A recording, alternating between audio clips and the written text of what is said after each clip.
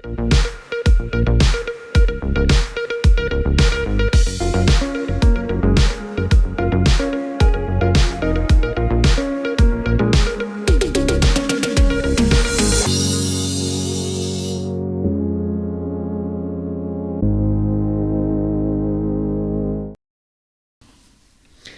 amiche e cari amici, che dire, un saluto, un abbraccio a tutti voi che ci seguite sempre, ogni sabato, e Armando... e quindi io aggiungo anch'io, caro Bruno, aggiungo anch'io un felice giorno, un felice sabato per tutte le nostre amiche che ci stanno vedendo e praticando. Ho sentito una signora che ha praticato delle ricette che abbiamo dato e è entusiasta, Bruno, e quindi cerchiamo sempre di dare emozioni a queste brave signore e anche dei signori che hanno passione per l'arte della cucina, di dare del stimolo, degli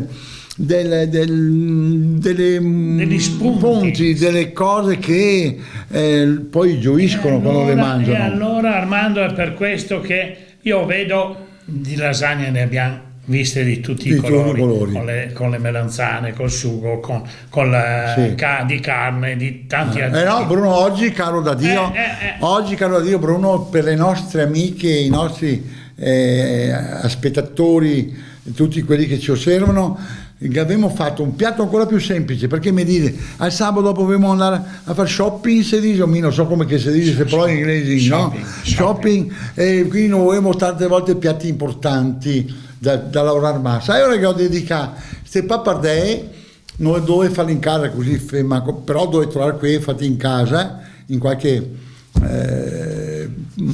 gastronomia importante, che insegniamo anche dopo. E dopo che vi insegni come che le fate. Ecco, allora io prendo sempre spunto, Armando, dal libro di Mamma Nella, no? O di Nonna Nella, perché per i tuoi nipoti certo. E l'altra volta abbiamo recitato 3 punti delle 10 regole intelligenti per realizzare cultura in cucina. Andiamo a vederne altre 3.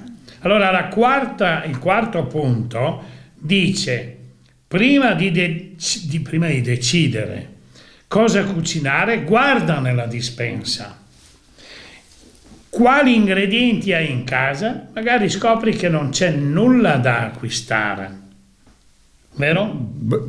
Questo è un discorso molto saggio, perché delle volte si trascura un po', si fa la spesa, si mette nella dispensa e poi si parte, non si osserva più, magari non si guarda più nella dispensa se c'è quella cosa o no, e invece, poi si butta via magari. Esatto, allora prima ed è sempre da andare in dispensa a vedere cosa c'è, cosa che serve, oppure ci sono delle volte che non serve niente, perché scopri delle cose che magari avevi un po' dimenticato. Allora questo è importante. E qui dici una cosa importantissima: è molto importante conservare gli alimenti in maniera corretta, adoperando sempre gli appositi contenitori, oppure la pellicola trasparente, o mettere sottovuoto i cibi che rimangono freschi più a lungo.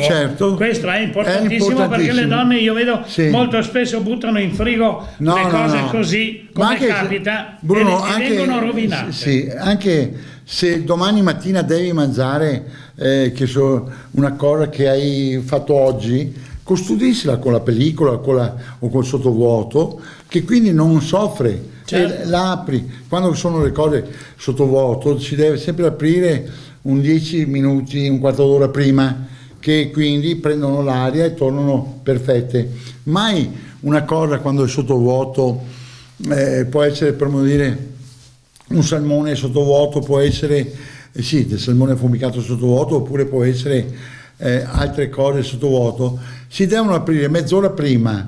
Allora prendo il contatto d'aria, va fuori quel si ossigeno sì. E quindi diventano molto più piacevoli, più gradite, sennò puoi trovare un contrasto di profumi non graditi, hai capito? Appunto, Questo è molto importante. Ricordatevi che il frigo mantiene i cibi, però li rovina anche se non li sapete mettere in frigo. Li rovina. Se tu non li custodisci, vengono essiccati. Certo. Hai capito? Perché il frigo toglie l'umidità del cibo. Bravo. Bene, ricordatevelo questo. Al 6° punto dici, attenzione, quando hai del cibo che sta per scadere, non buttarlo via, ma regalalo ai tuoi vicini o agli amici. Certo. Cioè questo, vedi, noi stiamo dando, tu con questo libro, stai dando una lezione di economia generale. Bravo, ma cioè tu non è bello, solo di economia per risparmiare. Bruno, è bello che tu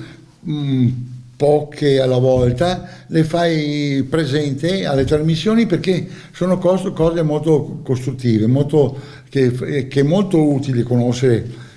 Tanti lo fanno, ma molti non lo fanno, mi capisci? Ma questo viene fuori dall'esperienza di tanti anni di cucina, certo. E tu questa ce l'hai, e noi andiamo a vedere i nostri amici che ci stanno presentando i loro prodotti.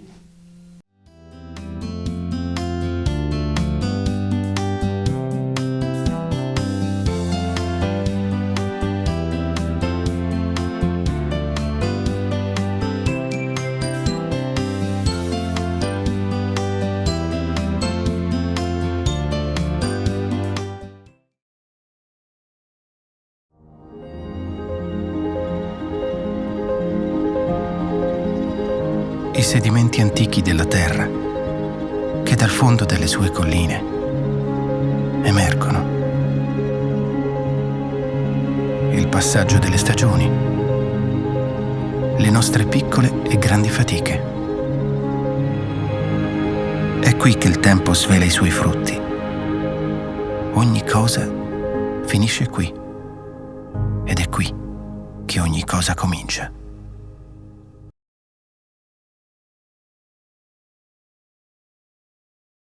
Naturalmente tutto incominciò dal quaderno di Mamma Nella.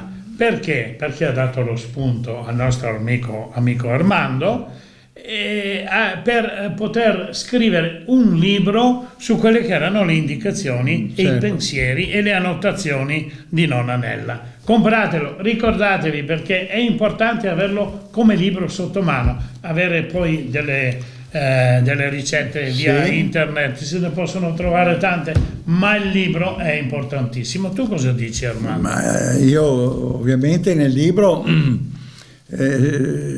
trovi la cosa più giusta, più reale, non voglio dire che via internet, per carità, però ma scusa, come fai via internet non vedi questa faccia di Armando Zanotto che è poesia di cucina? Ti dirò che è poesia di cucina. Via internet molte volte non sono ricette che si possono portare alla fine, perché sono custodite, presentate con procedimenti sbagliati, e quindi non sempre. Allora, se è una persona che ha professione in cucina, può modificare perché vede che la cosa non è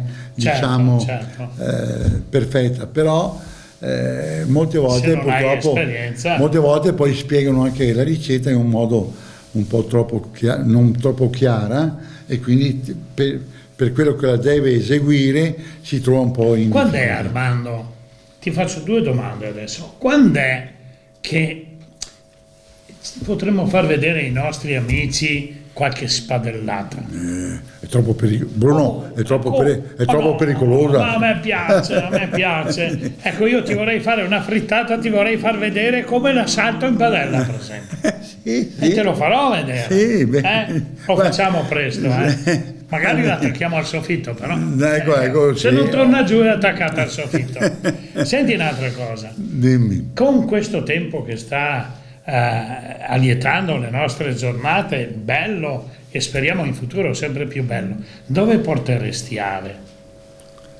Lei ama il mare e non la montagna. Io invece amerei più la montagna, e allora ovviamente cerco sempre di accontentare le sue richieste, hai capito?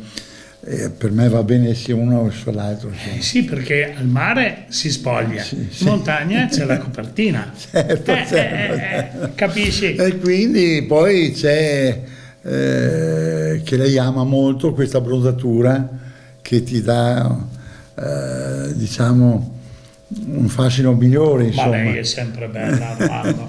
Io penso che tu abbia fatto una vita straordinaria. Sì, su quello sì, su quello sì. Ma vuoi che andiamo a spiegare meglio la ricetta? Allora, mia cara amica, la ricetta è delle pappardelle, no? Che se le fate in casa, oppure se non avete tempo di farle in casa, dovete prenderle almeno da un pastaio. Da un pastaio. Non quelle industriali. Quindi calcolate 80 grammi di pasta per persona, non di più.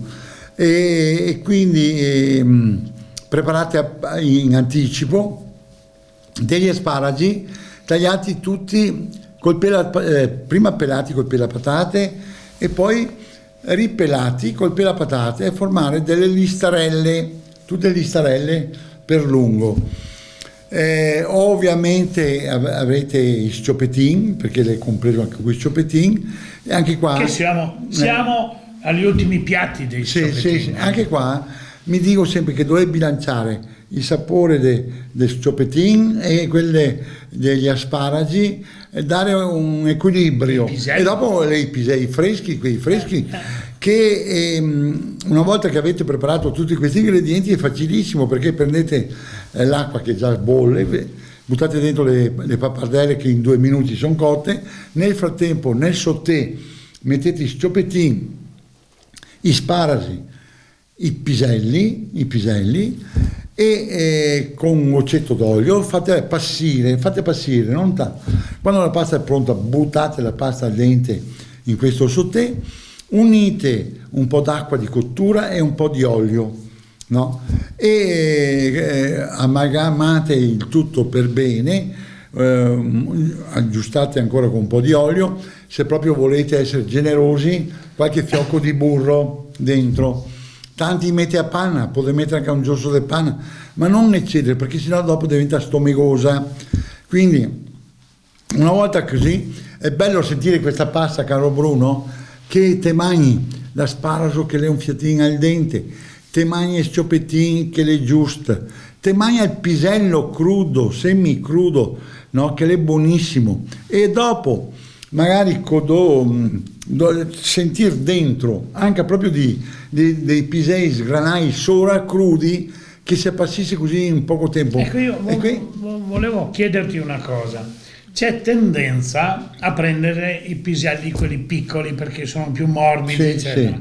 Però sinceramente a me piacciono i piselli anche quelli grossi, perché sono corposi. Ma si è freschi? Appunto. Si è dentro si è dentro qua, i freschi e meravigliosi. Mi capisci? Magnano, te lo questi qua. Te lo verse. Anche così crudo, sì. Vedi. Enzo, guarda che roba, guarda che spettacolo, guarda. Quindi, e qua mica in magno un? Sì, buonissimo. Crudo? Sì. Ecco perché dice che magno do. No, ecco perché dice in mezzo, anche metterli sopra alla fine crudi. Sì, buonissimi, ecco questo. E quindi poi servite calda questa pasta, abbinandola sempre a un vino, anche qui bianco. Questo vino del bianco, nostro territorio però. Ecco, poi ce lo fa vedere, è sempre dell'azienda del nostro amico sostenitore, Le Manzane, e adesso sto mangiando, perciò non posso dire più. Poco andrei a salutare i nostri amici perché vedo che quelle lasagne lì sono pronte da mangiarci. Ciao amici ascoltatori. Tanti, che dire, buon fine settimana. Buon fine settimana, una buona domenica e buona preparazione di piatti se avete tempo in cucina. Ciao a tutti. Amici. Ciao, arrivederci.